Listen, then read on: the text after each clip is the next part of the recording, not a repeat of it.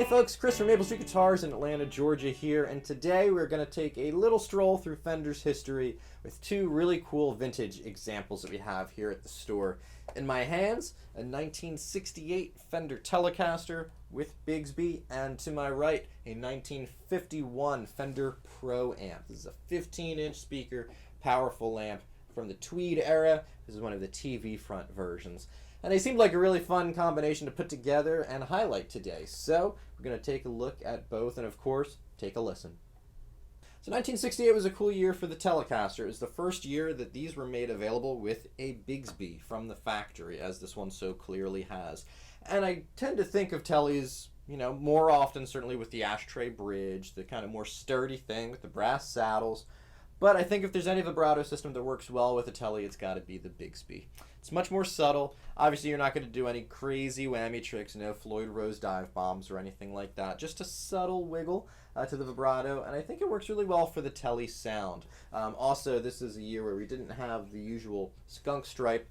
We had the maple cap neck here, which eliminated the need for that. So overall, 68 wasn't necessarily one of the core years. This isn't a 51 or anything like that. But this is still a really cool piece. Has a lot of mojo, a lot of personality to it that hopefully will come out through the amp as well. The 51 Pro here is obviously a great example of what we refer to as the Tweed era, as we had that, I believe it's a twill actual, covering here. Totally different sound from the later Fender amps that you had in the 60s and 70s and such. This particular model, the Pro amp, was a favorite of Buddy Holly's. He recorded with a 1950 Pro amp for a lot of his career, and this really is a pretty unique amp amongst Fender's offerings. At the time, it was the largest, most powerful that they offered, with the Deluxe in Princeton being kind of the steps below that overall in terms of your power needs and such. And this was an amp that bands would use as a PA. It's something that has microphone and instrument inputs and individual channels for both of those things. What is cool is that you can plug the guitar into each of those, and each of those channels has their own personality, which we'll take a listen to in a little bit. But overall, this is one of the TV front models, and a really, really cool amp. It is loud.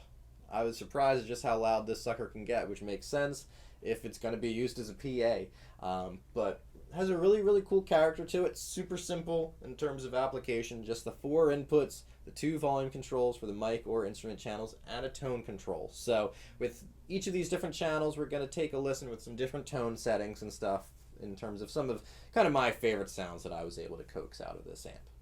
So first up is instrument channel 1, and this is going to be, in my experience here, the brightest sounding of each of the channels. It also is one of the louder ones. With the tone control, as you turn that up, it gets significantly louder.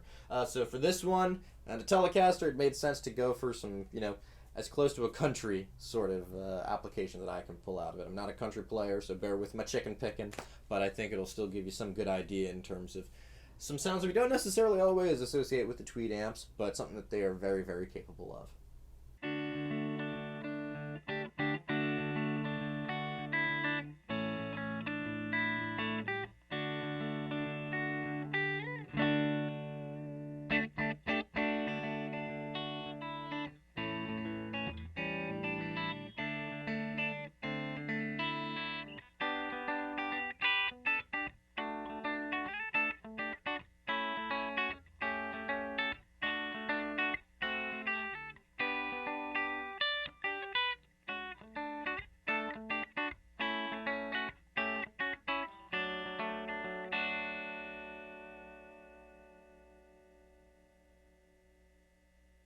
Next, we're going to check out instrument channel 2. This does apply, I believe, a -6 dB pad to the input signal of the amp, so it cleans things up a little bit, and this to me felt like just a really, really great, plain, clean platform sort of sound. So let's hear what that sounds like.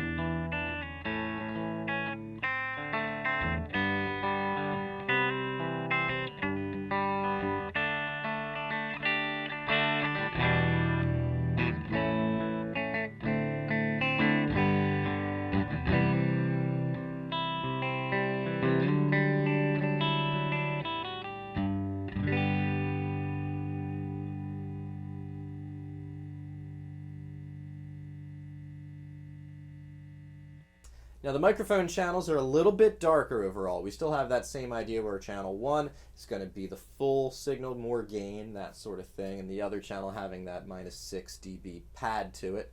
So it made sense to kind of crank this one up a little bit and get some juice and some natural breakup out of the amp, which to me was awesome for some great rock sort of saturation without going overboard. Obviously, we don't associate 50s tweed amps with anything bordering on kind of metal territory or anything like that, but in terms of just some great rock sounds, I thought this was pretty awesome.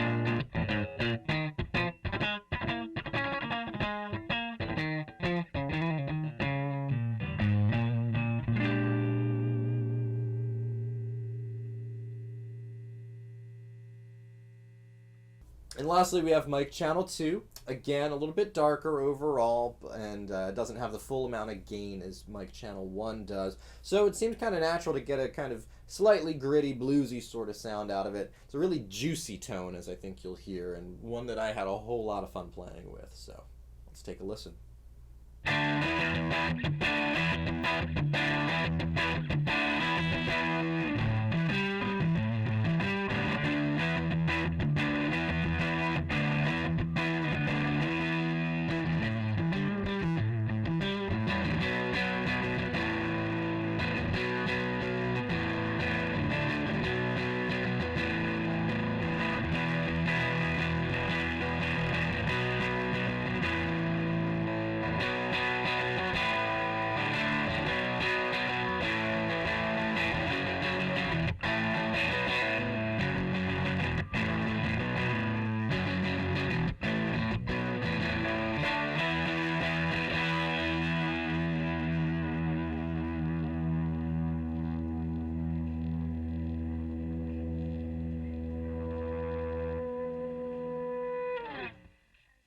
So that does it for our look at this 1968 Telecaster and this 1951 Fender Pro amp. Really a fun match.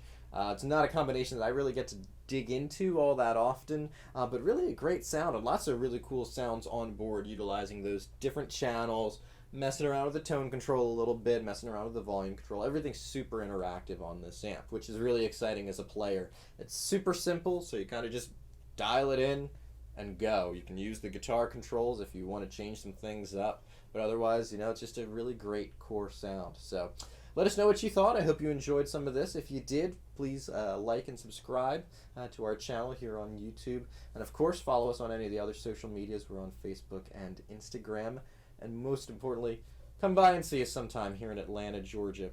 Until next time, I'm Chris from Maple Street Guitars. Cheers.